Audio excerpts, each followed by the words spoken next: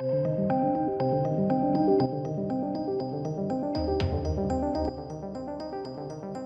as we know, ladies and gentlemen, James Bond, No Time to Die has been delayed until November 25th in the States and a little bit earlier in the UK, if I remember rightly.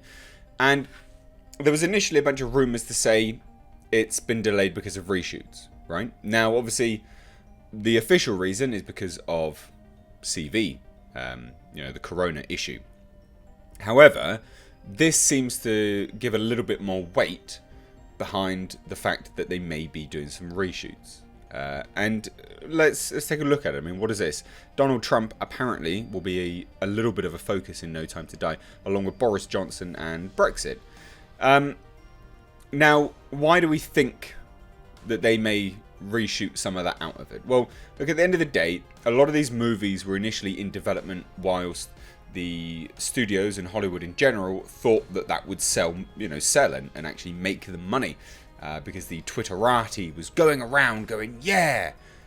But now they've come to realise that those people don't buy products. They just like to moan about it. So it's interesting to think that this may be edited out of the movie or reshot. Now, because they pushed it back, we know that they're actually not going to be doing the press tours. Okay, we know that they're going to start that a little bit later. There's no reason for them to start it now, or as they had started to ramp up, because this comes from a GQ magazine, right? So this would be part of that, but they're going to delay it, obviously. So as a result of that, they do actually have time to do some reshoots, at least like some pickup scenes. And I think there's a high potential that they will do that. They will.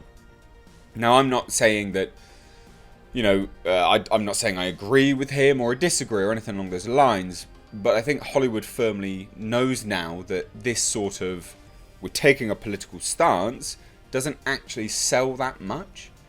And this is the problem. A lot of films, generally speaking, way back when, tended to look at things from, okay, we're not going to take an actual political view. And there wasn't really much of that in James Bond, if I remember rightly. There was none of that, really. But let's take a look, okay? Okay, now the original article of this is linked down below in the description box. James Bond star Daniel Craig confirmed that the upcoming No Time to Die production will include references to Donald Trump and Boris Johnson, which we'll get to later in the article. And I just think to myself, like, why? Why?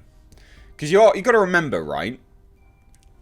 If they're not positive references, he's not a very good... Well, he's not a very good secret agent, is he? Because secret agents, spies, would be working with other secret agents and other spies.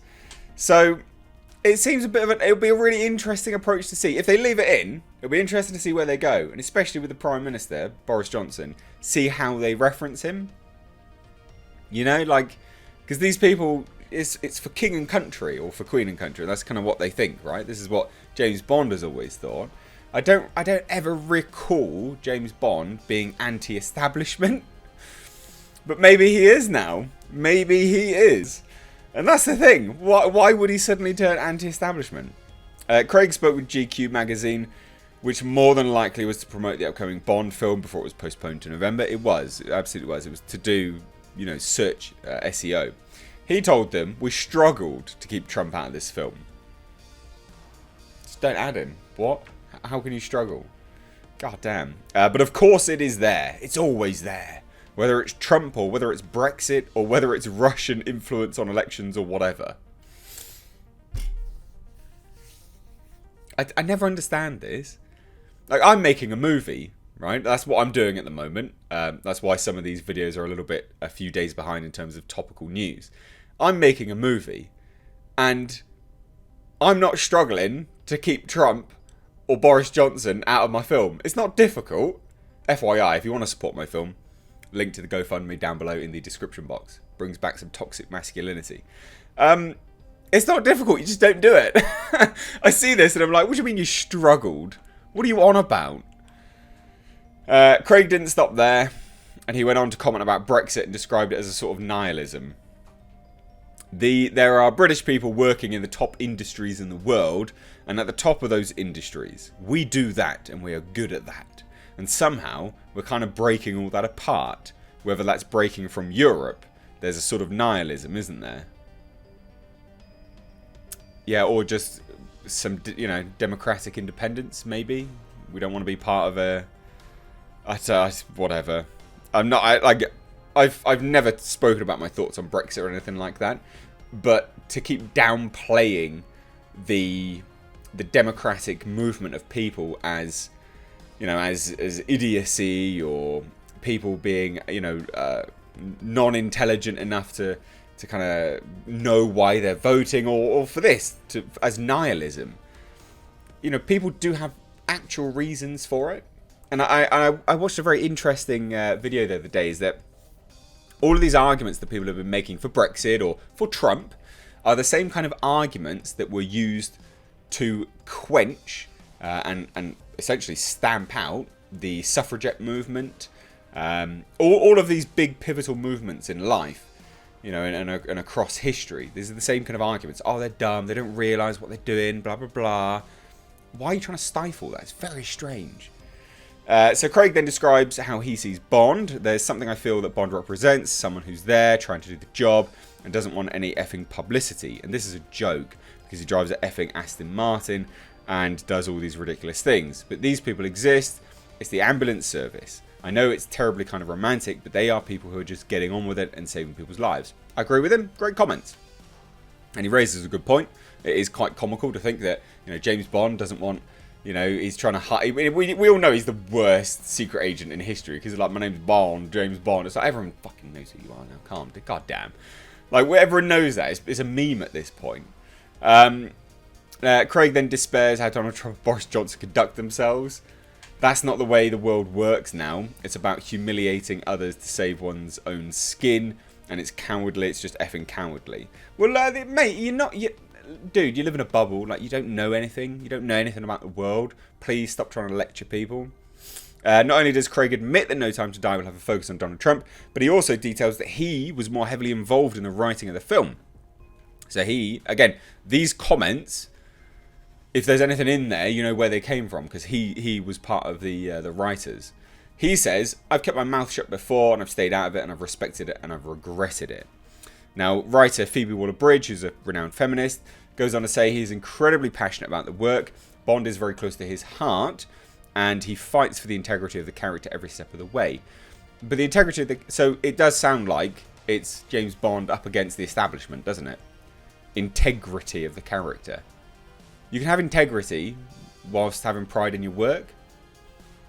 It does sound like that, doesn't it? It sounds like James Bond has now become anti-establishment. What's going on? That's not the Bond I remember. Is that the Bond you remember? Please, what's going on? Director Kerry Fukunaga, I always butcher that name. Daniel's very adamant that Bond is the driving force in everything. He's the jackhammer. He is tireless.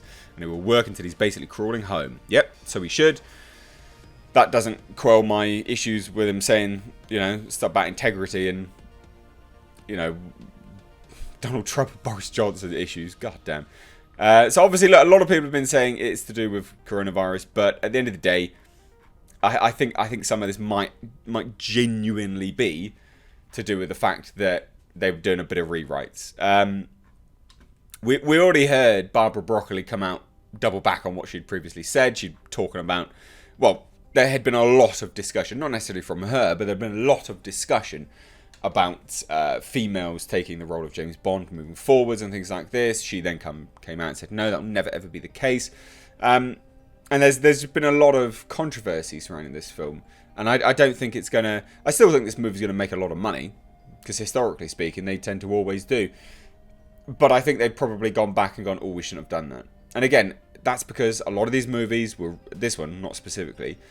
But a lot of movies that are coming out now are starting to go off the woke-ass train because, again, everything that we see is like 3 years in production, right?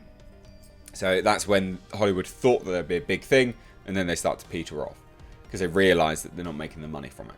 They still got the product, so they have to release it, but they can make some rewrites and changes where possible, which is probably what they're doing here. But anyway, I'd love to hear your thoughts on this. Do you think it's going to bomb? or not.